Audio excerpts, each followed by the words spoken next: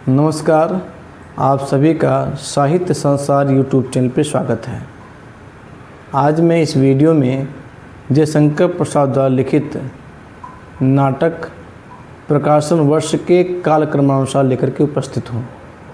यानी इनकी जितने भी नाटक प्रकाशित हुए हैं उनको मैंने कालक्रम के अनुसार बनाया है और याद करने का एक तरीका सूत्र भी मैंने इस वीडियो में बनाया है। अधिकतर क्या होता है कि नाटक जब बहुत सारे होते हैं किसी लेखक के या नाटककार के, तो उन्हें क्रम से याद करना एक टेढ़ी खीर होती है और प्रतियोगी परीक्षाओं में किस तरह से पूछ लेते हैं ये एक तरह से चैलेंज होता है। तो हमने ये कोशिश की है इस वीडियो के माध्यम से। आपसे निवेदन है कि इस वीडियो को शुरू से लेकर अंत तक ज़रूर देखिएगा। अगर आप देखेंगे तो निश्चित रूप से इसमें से एक प्रश्न जो है प्रतियोगी परीक्षा में अवश्य आएगा। अगर इस वीडियो को आप ध्यान से पढ़ लेंगे, मुझे यकीन है कि यह क्वेश्चन आपका कभी गलत होगा ही नहीं। तो आइए देखते हैं। जयशंकर प्रसाद, इनका जो जीवन काल है 1889 से 1937। जयशंकर प्रसाद ने अधिकांशतः ऐतिहासिक नाटक ही लिखे हैं।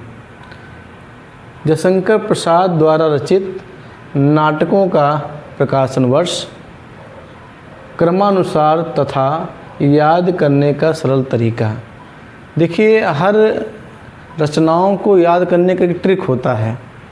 तो हमने जो ट्रिक बनाया है, अगर आप उसे याद करेंगे तो 2-3 बार पढ़ना पड़ेगा, तब जाकर कुछ चीज़ें आपको क्लियर हो पाएंगे, एक बार में नहीं आएंगी। इसलिए वीडियो को आप बार-बार देखिए और निश्चित है कि जब आप 2-3 बार वीडियो को देख लेंगे आपके दिमाग में बैठ जाएगा।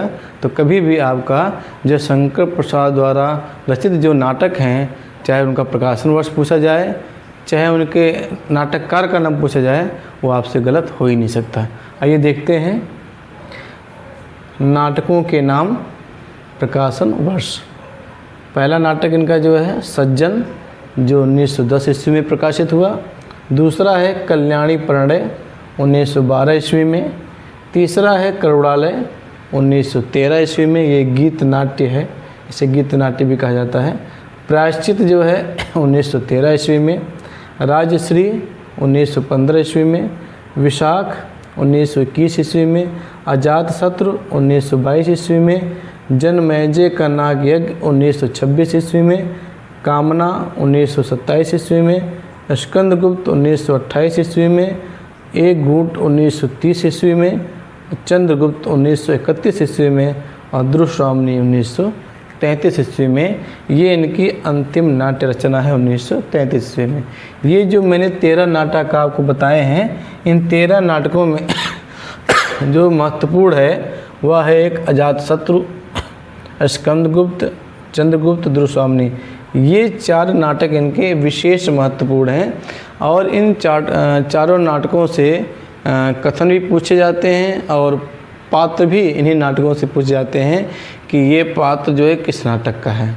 तो इसके लिए मैं अलग से वीडियो बनाऊंगा कि ये जो 4 प्रमुख रूप से इनके जो नाटक हैं, इनके पात्र कौन कौन से हैं और पात्रों के जो कथन हैं मुख्य रूप से जो परीक्षाओं में पूछे जाते हैं और पूछे जाएंगे, उनका एक अलग वीडियो में लेकर के जल्दी आपके सामने उपस्थित होऊंगा। तो आइए देखते हैं हम इसे याद करने का सरल तरीका, कैसे हम इसे आसानी से याद कर सकेंगे। क्योंकि 13 रचनाओं को याद करना क्रम से, वो भी प्रकाशन वर्ष के अनुसार। जैसे आप जानते हैं कि परीक्षा में प्रश्न किसी तरह से पूछ सकते हैं, कोई इनका लिमिट नहीं होता है कि वह कैसे पूछेंगे क्वेश्चन। तो आइए देखते हैं। मैंने एक सूत्र बनाया है, अगर आप इस सूत्र को बार बार पढ़ेंगे निश्चित है तो आपके नाटक जो है 13 नाटक जो है आपको प्रकाशन वर्ष के अनुसार एकदम दिमाग में बैठ जाएगा। देखिए, सज्जन ने कल्याणी से करुणा प्रारभि, अचनका स्कंद एक चंद ध्रुव है। मैंने कोशिश की है कि सूत्र को एकदम सटीक बनाया जाए और ज़्यादा बड़ा ना बनाए, जिससे आपको दिक्कत ना हो।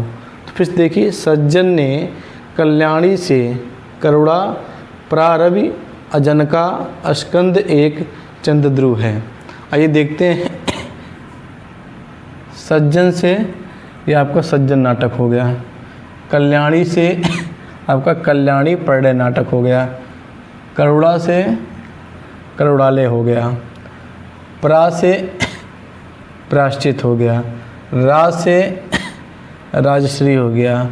वी से विशाख हो गया। आ से अजातशत्रु हो गया।